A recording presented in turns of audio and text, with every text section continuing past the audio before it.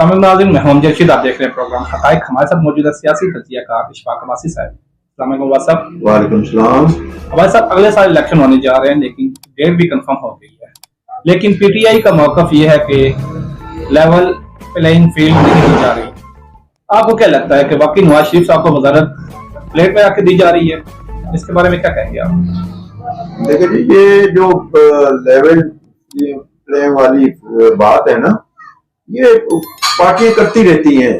ये शुरू से आप कोई भी इलेक्शन आप देखें ना, उसमें ये कहा जाता है, जो पार्टी थोड़ी कमजोर होती है या उसे पता होता है कि मैं कुछ मेरी इलेक्शन में इतनी सीटें या मैं नहीं कामयाबी हासिल कर सकूंगी, जो भी पार्टी, वो इस तरह के बयानात देना शुरू हो जाते हैं, ताकि वो जब इलेक्शन हो जाए, जाहिर है उसने हारना होता है, तो फिर उसने वही बात जो पीछे की होती है वो उस वक्त दोहराते हैं कि हमने पहले ही कहा था कि जी लेवल प्लेइंग फील्ड नहीं मिली, तो इस वजह से हम हार गए। तो बात ये है कि ये देखिए, आज जो बातें कर रही है ना पीटीआई, ये आप 2018 के इलेक्शन देखें, उस वक्त क्या हालात थे। उस वक्त लेवल जो प्लेइंग फील्ड की बात कर रहे हैं, उस वक्त नून को मिल रही थी। उस वक्त तो आर काम जो है पीटीआई को लाने के लिए वो काम किए हैं जो मतलब आज भी वो तारीख का हिस्सा है। अगर लेवल प्लेइंग फील्ड नहीं मिली ना, वो नून को नहीं मिली। वो किस तरह, आप 2002 का इलेक्शन देखें, उस वक्त नवाज शरीफ साहब कहां थे? वो जिला वतन थे, वो नहीं आ सके, उनको नहीं आने दिया गया। उस वक्त नवाज शरीफ के बगैर इलेक्शन हुआ कि नहीं हुआ? नून ने लड़ा, लेकिन नून ने लड़ा उस वक्त पता नहीं 14-16 सीटें थी उसकी, ठीक है, लड़ा बिल्कुल। ये नहीं वो रोना शुरू हो गया कि वो ये हो गया वो हो गया। तो ये होता रहता है पार्टियों के साथ। उसके बाद 2008-9 का इलेक्शन आप देखें, उस वक्त मियां साहब आ गए, जिला वतनी काट के वापस जब आए, तो उस वक्त जो इलेक्शन हुआ है, उस वक्त मियां साहब की, नवाज शरीफ साहब की और मियां शहबाज शरीफ साहब के कागजात मुस्तरद किए गए, उस वक्त मुस्तरद हुए। तो उस वक्त लेवल प्लेइंग फील्ड क्यों नहीं याद आई पीटीआई को या पीपल्स पार्टी को? ठीक है, उस वक्त उनके कागजात वो नहीं लड़ सके इलेक्शन, दोनों भाई नहीं लड़ सके। अच्छा, तीसरा आप देखें कि तीसरा जो 2000 इलेक्शन हुआ 8-9 के बाद 13 का, ठीक है, 13 का इलेक्शन हुआ, उसमें नवाज शरीफ साहब लड़े और उनकी पार्टी ने कामयाबी हासिल की। उसके बाद जो 18 का इलेक्शन हुआ, उसमें फिर नवाज शरीफ साहब को नहीं लड़ने दिया गया। यानी जो ये 2000 की सदी है, जब ये शुरू हुई है, उधर उससे लेके आज तक 4 इलेक्शन हुए हैं, और 4 इलेक्शनों में से 3 इलेक्शन में मियां नवाज शरीफ को लड़ने नहीं दिया गया। तो लेवल प्लेइंग फील्ड किसको नहीं मिली? मुस्लिम नून जो है वो इसकी ज़ेर अताब आई, उसको नहीं मिली, बाकी सबको मिलती रही है।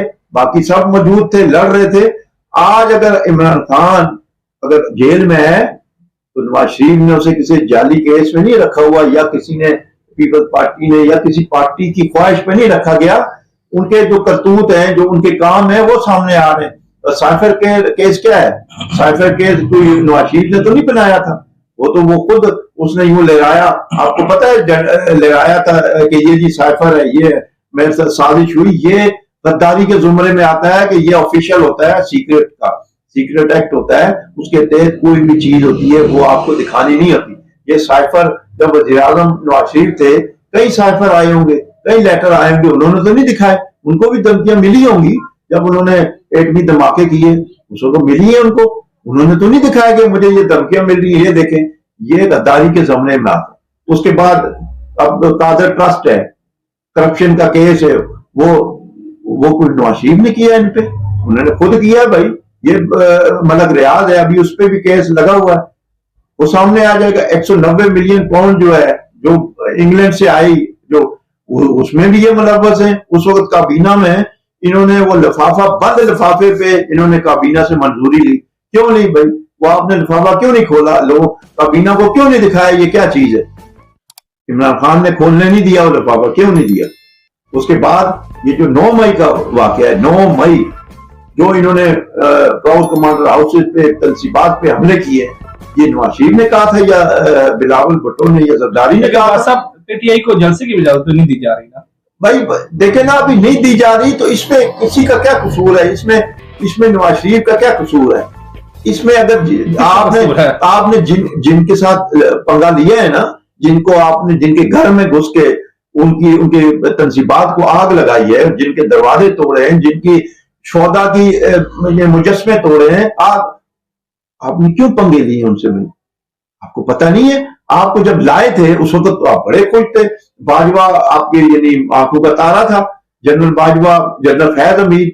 उस वक्त भी नवाज शरीफ को तो अंदर ये होता, उस वक्त तो पीटीआई वाले, इमरान खान समेत सब खुश थे। उस वक्त तो ये नाम नहीं लेते थे लेवल प्लेइंग फील्ड का, उसमें बड़े खुश रहते थे। तो आज अगर इनके साथ हो रहा है तो ये नवाज शरीफ नहीं कर रहा, ना जरदारी साहब कर रहे हैं, ना ये बिलावल भुट्टो साहब, ना फजल रहमान साहब कर रहे हैं। ठीक है, जिनके खुद अपने काले करतूत है जो सामने आ रहे हैं। आज ये लोग यानी इनको इतनी तकलीफ है नवाज शरीफ के आने से। भाई नवाज शरीफ ने अगर वो वजीर आजम बनेंगे तो अपनी कारकर्दगी पे बनेंगे। उन्होंने काम किए इस मुल्क में जो उन्होंने काम किया नजर आ रहे हैं। ये तो नहीं है कि उन्होंने लंगर खाने खोले या मुसाफिर खाने खोले या वो अंडे बच्चे बकरियां तो बैठे तो कटे तो मुर्गियां अंडे, ये तो नहीं करते रहे ना। उन्होंने काम किए भाई। वो इसलिए आप देखे ना, कोई भी बंदा है उसका बैकग्राउंड देखा जाता है। अगर कोई देखता है कि यार इसने क्या किया है, इसने अपने दौर में क्या किया है, जब वो देखते हैं कि इसके दौर में काम हुआ है, मुल्क तरक्की की तरफ गया है, तो जब भी अगले को वो कह रहे हैं ना कि भाई ठीक है जी नवाज पीटीआई इलेक्शन में हिस्सा लेगी, बिल्कुल लेगी, क्यों नहीं लेगी इलेक्शन में? जी बिल्कुल लेगी, हिस्सा बिल्कुल लेगी पीटीआई। लेकिन भी होगा जी, बल्ले का निशान होगा इलेक्शन में। बल्ले का निशान तो मुझे नहीं पता, उसकी गारंटी नहीं है बल्ले के निशान की। देखे ना, जो नवाज शरीफ हैं उन्होंने तो नहीं कहा ना, ये जो इनका पंगा उनके साथ डायरेक्ट है। ठीक है, इन्होंने डायरेक्ट उस पर गए और इनके जो लोग लापता हुए थे वो सामने आए, उन्होंने बयान दिए। फिर आप फयाजुल हसन चौहान जो इनके बहुत करीब थे, तर्जुमान भी थे पीटीआई के, वो खुद कह रहे हैं भाई ये सब प्लानिंग जो है इमरान खान की थी। जब वो शेख साहब ने वो कह रहे फिर शेख साहब ने बोला लांती प्रोग्राम था, ये गंदे लोगों का गंदा प्रोग्राम था। ठीक है ना, तो बात यह है कि देखो ना, चाहे कुछ भी है पीटीआई ने किया है, उनकी ऑडियो वीडियो मौजूद है। ठीक है, ये भी कहना कि हमारे खिलाफ साजिश हुई है, ये फलाने ने कहा, अब दोबारा ये फौज पर ही डाल रहे हैं एजेंसियों पे। ये एजेंसियों ने कराया है जी, भाई एजेंसियों ने तो इमरान खान के जुबान पे या उनके मुंह में जुबान इन्होंने डाली थी, इन्होंने कहा था इनकी आवाजें सारा कुछ। जलसे वगैरह में जो शोर शराबा चल रहा है, राजस्थान जलसे वगैरह में सिर्फ नून लीग नजर आ रही है, पार्टी भी कोई इस तरह का उनका पीपल्स पार्टी देखे ना, पीपल्स पार्टी का पंजाब में वो उस तरह का नहीं है जिस तरह सिंध में नून का नहीं है। सिंध में भी है ना, नून नहीं है ना, वहां नून नहीं नजर आ रही। इसी तरह पीपल्स पार्टी पंजाब में नून से फिर बेहतर है। पंजाब में पीपल्स पार्टी जिस तरह सिंध में नून बिल्कुल नहीं है, वहां वो सीट जीतने के काबिल नहीं है। लेकिन यहाँ पंजाब में पीपल्स पार्टी कई जगहों पे सीटें जीती है और जीतेगी भी, ये भी याद रखिए, जीतेगी भी पीपल्स पार्टी। कुछ सीटें, इतनी नहीं सीटें, लेकिन वो इस काबिल हो जाएगी कि वो पंजाब हुकूमत को थ्रेट करे या पंजाब हुकूमत में शामिल होने के लिए वो अहम सीटें ले। जो शहबाज शरीफ की हुकूमत रही है 4 महीने, जिसमें महंगाई रोज पे गई है, क्या लगता है कि ये इनका वोट बैंक खराब नहीं हुआ नून लीग वालों का?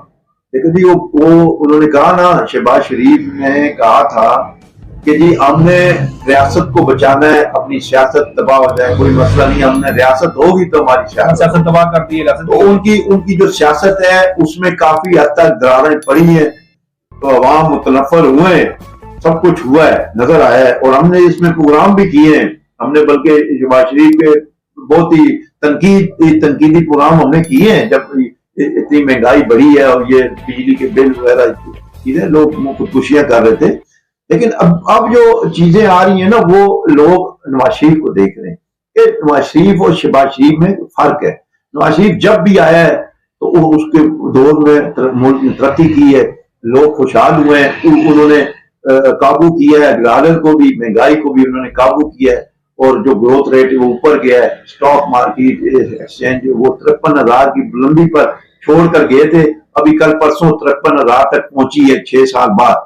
ठीक है, तो ये एक इंडिकेशन है कि मुल्क सही सिमत में चल पड़ा है। तो इंशाल्लाह जब नवाज शरीफ साहब आएंगे तो ये जो हमारे दोस्त ममालिक हैं चाइना है, तुर्की है, सऊदीया है, दुबई है, कतर है, इन्होंने भी यकीन दहानी कराई है कि भाई नवाज शरीफ साहब अब होंगे तो हम आपकी मदद करेंगे फाइनेंशियली हर तरह की, और सपोर्ट करेंगे पाकिस्तान को, क्योंकि हमने देखा है कि नवाज शरीफ के दौर में काम हुए हैं, प्रोजेक्ट लगे हैं, उनमें कोई ऐसी बात नजर नहीं आई उनको, क्योंकि उन्होंने तो पैसा देना होता है, प्रोजेक्ट लगवाने होते हैं, जैसे सी पैक नवाज शरीफ। और सब अगर इलेक्शन होते हैं तो अगर कोई पार्टी इलेक्शन में अक्सरियत ना हासिल कर सके तो क्या लगता है पीडीएम की तर्ज की तरह हुकूमत बनेगी? हाँ, ये बहुत अच्छा आपका सवाल है। बिल्कुल, इसमें मुझे भी यही लग रहा है कि किसी भी पार्टी को वाज़ेह अक्सरियत हासिल नहीं हो सकेगी।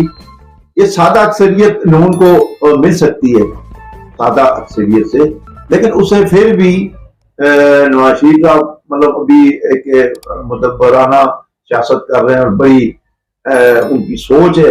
अब वो नवाज शरीफ जो 20-25 साल पहले, 30 साल पहले वो नहीं है। उन्होंने अभी फैसला किया है कि तमाम पार्टियों को हम जोराना देंगे, सबको इकट्ठा करेंगे, पीटीआई समेत उनको बुलाएंगे।